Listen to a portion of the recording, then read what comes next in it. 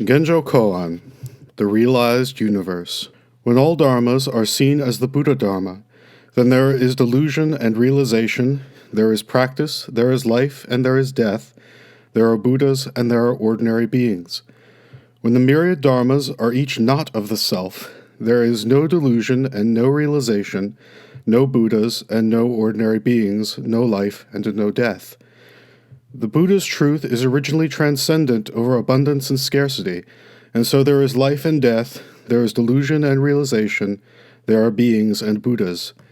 And though it is like this, it is only that flowers while loved fall, and weeds while hated flourish. Driving ourselves to practice and experience the myriad dharmas is delusion. When the myriad dharmas actively practice and experience ourselves, that is the state of realization. Those who greatly realize delusion are Buddhas. Those who are greatly deluded about realization are ordinary beings. There are people who further attain realization on the basis of realization.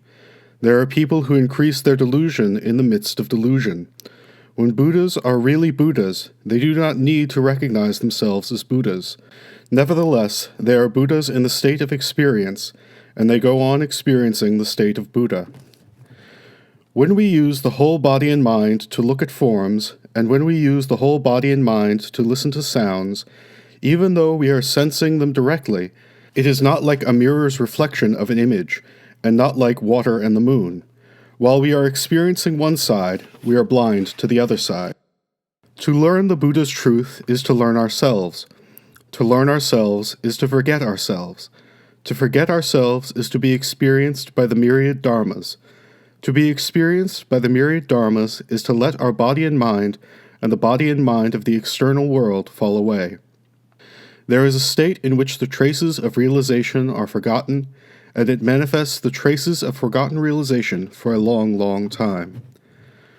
When people first seek the Dharma, we are far removed from the borders of Dharma. But as soon as the Dharma is authentically transmitted to us, we are a human being in our original element.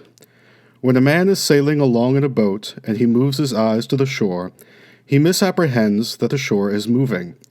If he keeps his eyes fixed on the boat, he knows that it is the boat which is moving. Similarly, when we try to understand the myriad dharmas on the basis of confused assumptions about body and mind, we misapprehend that our own mind or our own essence may be permanent. If we become familiar with action and come back to this concrete place, the truth is evident that the myriad dharmas are not self. Firewood becomes ash. It can never go back to being firewood. Nevertheless, we should not take the view that ash is its future and firewood is its past. Remember, firewood abides in the place of firewood in the Dharma. It has a past and it has a future. Although it has a past and a future, the past and the future are cut off. Ash exists in the place of ash in the Dharma. It has a past and it has a future. The firewood, after becoming ash, does not again become firewood. Similarly, human beings, after death, do not live again.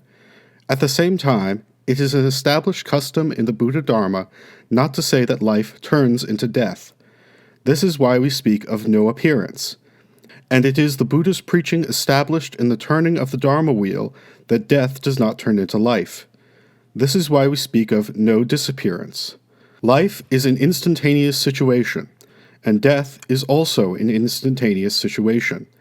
It is the same, for example, with winter and spring. We do not think that winter becomes spring, and we do not say that spring becomes summer. A person getting realization is like the moon being reflected in water. The moon does not get wet, and the water is not broken. Though the light of the moon is wide and great, it is reflected in a foot or an inch of water. The whole moon and the whole sky are reflected in a dewdrop on a blade of grass, and are reflected in a single drop of water. Realization does not break the individual, just as the moon does not pierce the water. The individual does not hinder the state of realization, just as a dewdrop does not hinder the sky and moon. The depth of realization may be as the concrete height of the moon. The longness and shortness of its moment should be investigated in large bodies of water and small bodies of water, and observed in the width and the narrowness of the sky and the moon. When the Dharma has not yet satisfied the body and mind, we feel already replete with Dharma. When the Dharma fills the body and mind, we feel one side to be lacking. For example, sailing out beyond the mountains and into the ocean, when we look around in the four directions, the ocean appears only to be round. It does not appear to have any other forms at all. Nevertheless, this great ocean is not round, and it is not square. Other qualities of the ocean are inexhaustibly many. To fishes, it is like a palace, and to gods, it is like a string of pearls. But as far as our eyes can see, it just seems to be round. As it is for the ocean, so it is for the myriad dharmas.